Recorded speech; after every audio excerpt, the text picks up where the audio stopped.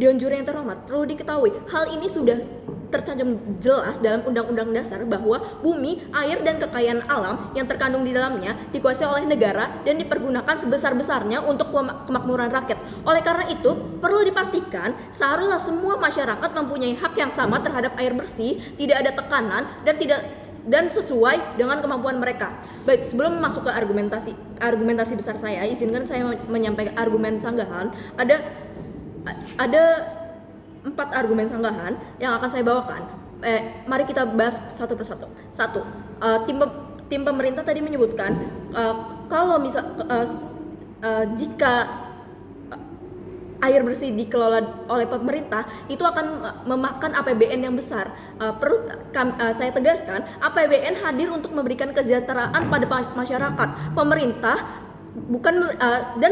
pun bukan memberikan air secara cuma-cuma kepada masyarakat. Dalam kegiatan ini, masyarakat tetap membayar dengan harga yang seharusnya dibayar. Masih ada hubungan timbal balik sehingga APBN tidak akan mengalami defisit seperti yang diharapkan oleh tim pemerintah tadi. Pun pengelolaan air untuk memenuhi kesejahteraan masyarakat ialah tanggung jawab dari negara. Jika tim pemerintah berargumen hal untuk memenuhi kesejahteraan masyarakat akan memakan APBN yang banyak, dan untuk mengatasi hal itu ya sudah diserahkan saja, mereka menyerahkan hal tersebut kepada swasta, itu sama saja melepas tanggung jawabnya sebagai negara. Baik, argumen sanggahan saya yang kedua, walaupun dipegang oleh pihak swasta, pemerintah masih bisa mengatur.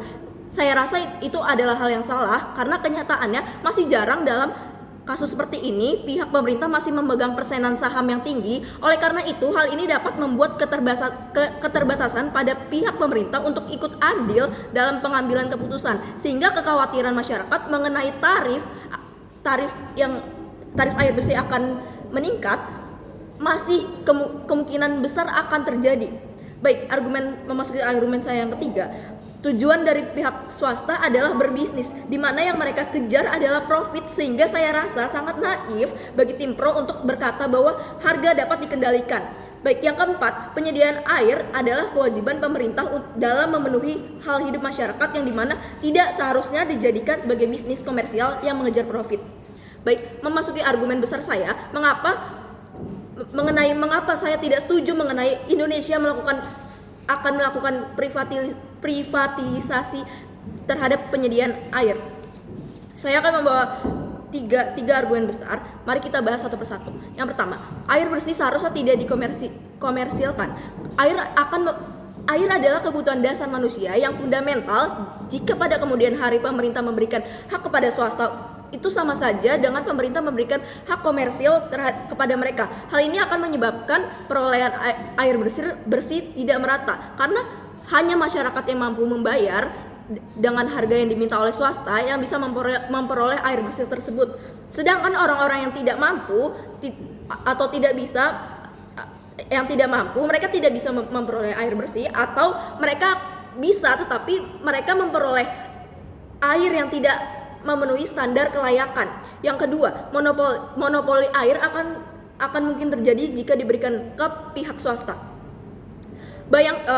Dewan Juri yang terhormat, bayangkan demi bersaing dengan kompetitor, salah satu perusahaan swasta sengaja menurunkan harga jual dibandingkan harga pasar. Kemudian banyak masyarakat yang menjadi konsumen perusahaan tersebut. Kemudian perusahaan lain pun tidak mampu bersaing dan pada akhirnya mereka bangkrut. Lalu di kemudian hari perusahaan tadi menaikkan harga jualnya karena dirasa kompetitornya sudah bangkrut, sudah gugur.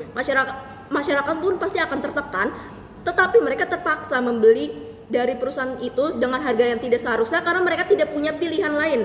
Baik, yang ketiga, sektor yang menyangkut taraf hidup orang banyak tidak seharusnya diserahkan kepada swasta. Jika yang mempunyai hak, mengapa demikian? Bayangkan jika swasta yang mempunyai hak atas air, lalu perusahaan tersebut bangkrut, namun